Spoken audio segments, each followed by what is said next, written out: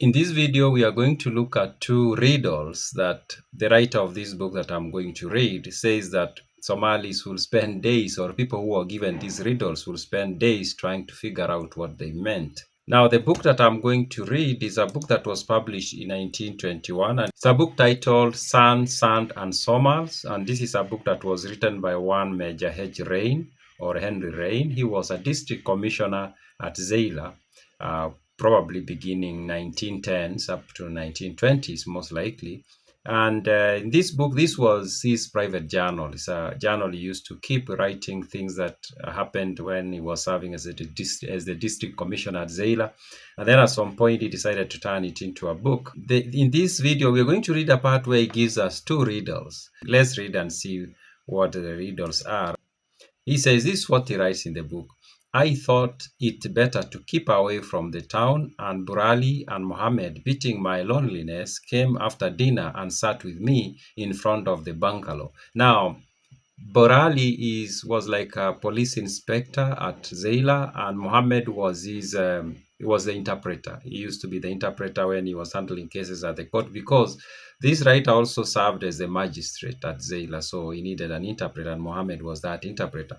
So this is after the end of Ramadan, and there were celebrations, of course, and then seems like there was nothing to do really, and these two decided to come to his house and spend some time.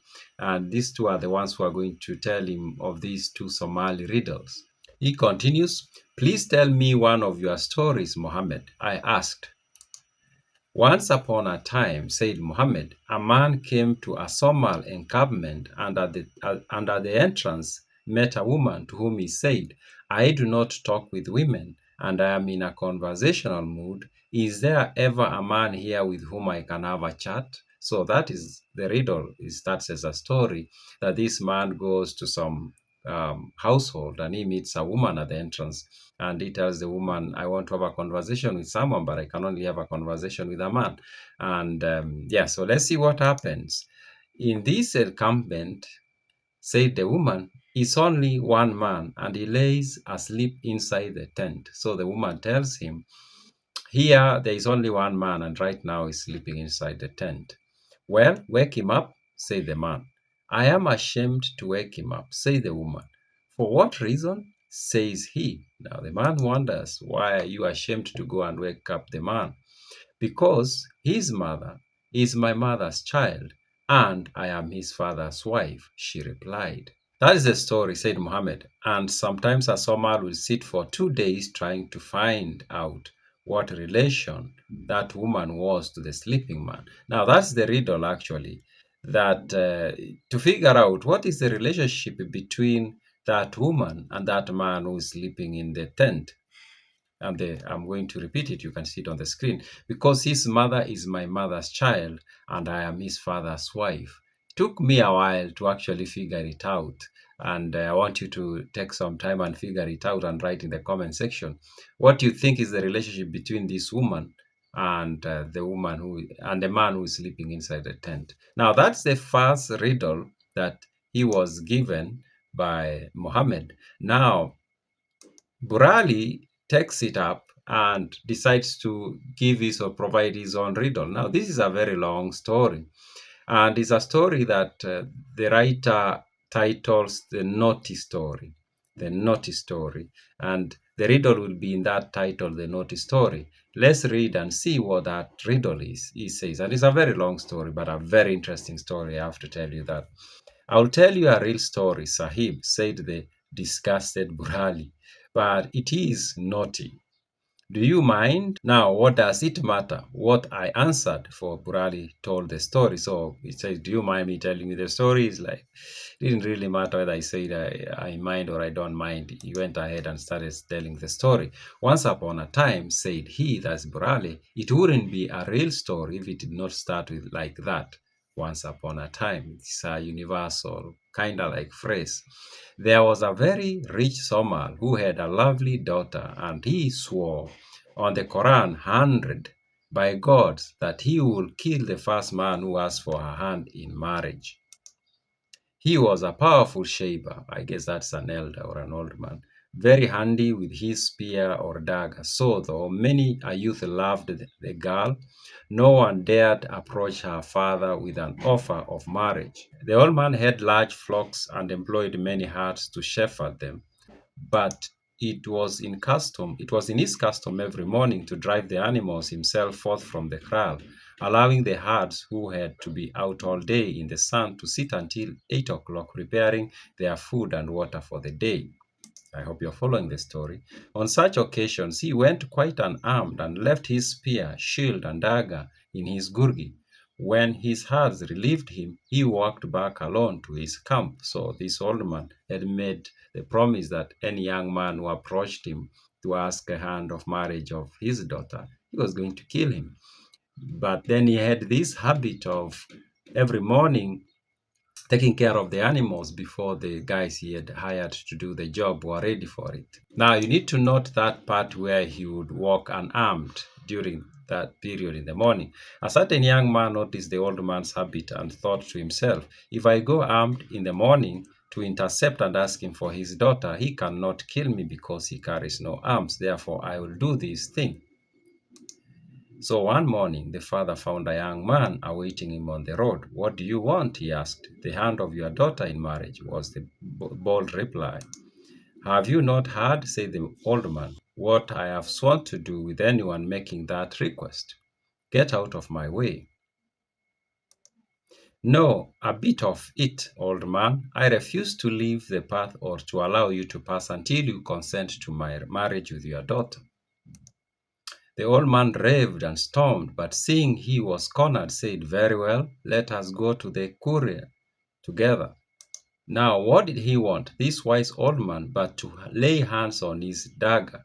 Being deeply religious and having passed his oath before all the big men of his clan or section, as he writes it, he felt it would be impossible to break it by allowing this young man to live.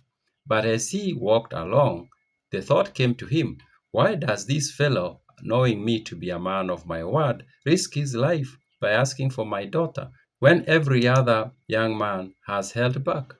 There can be no doubt that he has a stout heart and will make a good husband for my girl. So he stopped and asked the youth for an explanation. Well, said the young man, be it not hidden from you that I am renowned among my own people who live far from here for three things. Firstly, I am shameless. No matter what I do, I shall never be ashamed of it. Secondly, I am fearless. The man who can frighten me is not yet born. Thirdly, if a man asks me for anything, I can give even for my life. I cannot refuse him, and I always give with both hands and glad at heart. So the old man was interested and said to himself, I wonder if this fellow is speaking the truth. I shall try to find out, and if he is not telling lies, I shall break my oath and spare his life. And thus it came to pass that the couple returned to the Gurgi together, and after the arrangements were completed, the young man married the girl and prepared to settle down with her people. But his father-in-law said to him, you must take your wife and return to your own tribe. Very good, I am ready, said he.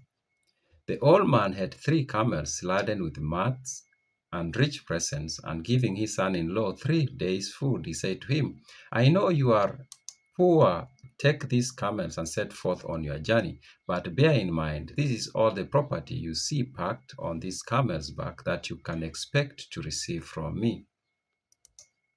When the man and his wife had gone, his father-in-law sent for 50 of his bodiless warriors and said to them, my son-in-law and his wife have taken the road towards his own people. You must wait until he has been gone 3 days, and on the morning of the 4th day, when the food I have given him will be finished, you are to make an attack on his camp. Should he run away, you are to kill him and tell my daughter to come home. But should he fight, he must on account be hurt. He must on no account be hurt, and you are then to bring him back to me, watching carefully on the road how he acts. The warriors departed, and on the morning of the 4th day, when the young man was sitting under a tree feeling very weak and hungry, He saw them approaching in fighting array. He promptly saddled up his horse and taking his shield and spear from his wife's hand, galloped amongst them and made a splendid fight. Seeing this, the warriors held up their hands and called out, "Hoi, hoi, Aman! Peace, we are your father-in-law's people and bear a message from him." He listened to them and agreed to return to his wife's people. That night there was no food, and the young man gave orders that one of his 3 camels should be killed. You are foolish," said his wife, "for if you do this thing, we must throw away the load the beast carries. Don't forget we are very poor and may not expect any further presents from my father. I cannot see 50 men go hungry, so save the Lord," said the husband. "I shall have the camel killed." On the following night another camel was killed and its load thrown away, and again on the third night the last camel was killed and the last of the old man's rich presents were thrown away into the bush. On the morning of the fourth day the party came to the old man's camp, to whom a true account of all that had happened was given by the warriors. He was delighted and made much of his son-in-law, feasting him and paying great honor. One day after the evening prayer, the old man said, "My son, it is time you explain to me why you are shameless, fearless, and generous beyond all men." So he's going to talk of give him explain in detail, but now here is going to be very interesting because he's going to focus on fearless and generous, and sort of something is going to happen about the shameless, and that is going to be the riddle really. Let's continue. "That is easily done," said the youth. "Once I went with my section, that is the clan, into battle. We were heavily outnumbered and I was in the front rank. I noticed that of the men who were afraid and stayed a little behind, many were killed by the spears that went over the heads of us who were doing the fighting. Thus I learned the lesson that man's life is not his own keeping, but in God's hand. In God's hands. When our time comes to die, we cannot escape by running away or refusing to fight," which is actually true. And there is somewhere in this book where the writer kind of like does not understand the Somali philosophy towards death, where they basically accepted it when it was so apparent it was going to happen, in a way that he did not see it in maybe where he came from. Then he continues, "So I know that God will call me at his own good time, and I leave it to him, never worrying about my life. For this reason, I am fearless. As for being generous, I am not really so, as everything I give away I believe belongs to God. Even as I told you, my life is his. Once when my brothers and I were rich, 2 poor men came to our camp and asked for food. We refused and drove them forth into the bush. Near us lived a poor man and his wife, and to this couple the poor men went for shelter and a bite of food. They had but a few goats, of which they killed one and gave the strangers to eat and made them welcome. We laughed and said it was meet the poor should help the poor. Soon after that, the cattle plague came and swept off all our stock. We were left beggars without a bite to eat. The stock of the poor man who had killed his goat for the poor man sent to his gate by God escaped the plague and multiplied, so that he became rich. Thus I learned that we but hold the world's riches on trust, and God, to whom they belong, can take them away from us in a single night." This is a very interesting line, and especially after recently I watched an interview by Tom Boyer. And Tom Boyer, for those who don't know, if you're not Kenyan, he was a top politician in the 1960s in Kenya. And actually, he was assassinated in 1967, I think, around that time. He was a very intelligent fella. And he was being interviewed about the African philosophy, political philosophy.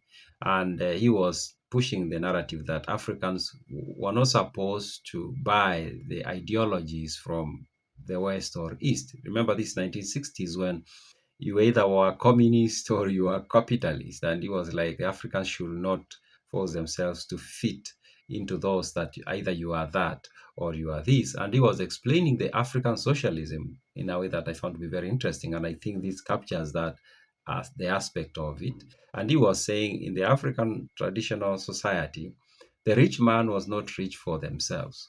The Africans generally believed that God had given them that wealth to hold it in trust for the rest of the people, so that if somebody within the community needed some funds, the guy who was rich did not feel like they were giving out their own resources. They felt like they were giving out resources that they were supposed to give out to help out. And I think that's basically what is in this paragraph or in these sentences that I've just read. Then it continues, the good things that come my way, I share with my less fortunate brethren, whilst I have the opportunity, lest it shall pass from my hands forever. And that is the end of the story, said Burali. But you said it was not the story, Burali. Of course, there were three. You said it was a naughty story, but the entire story is not really naughty. There is no anywhere way it's naughty. And you have not explained why the young man was shameless. Burali's eyes twinkled. That's the naughty part, Sahib. Now, this one I haven't figured out what it is. I figured out the first one, but I'm not going to tell you. I'm waiting to see what people are going to write in the comment section. But this one, I'm not figuring out why it's naughty and what does it mean that the young man was shameless. Maybe you can figure out. You write the comment in the comment section if you figured out what it is. Like Mark Twain's indelicate story, but for a different reason, as Burali did tell me why the young man was shameless, this story must remain incomplete. So it seems like Burali did elaborate and explain to this writer what it meant to be shameless and why the story was not, but he chose not to tell us. So that remains, as he says, the story is incomplete. Anyways, check my pinned comment, my description box, the description box of this video, where you can get to a page that has a list of the books that I go through on this channel. Those are my random thoughts.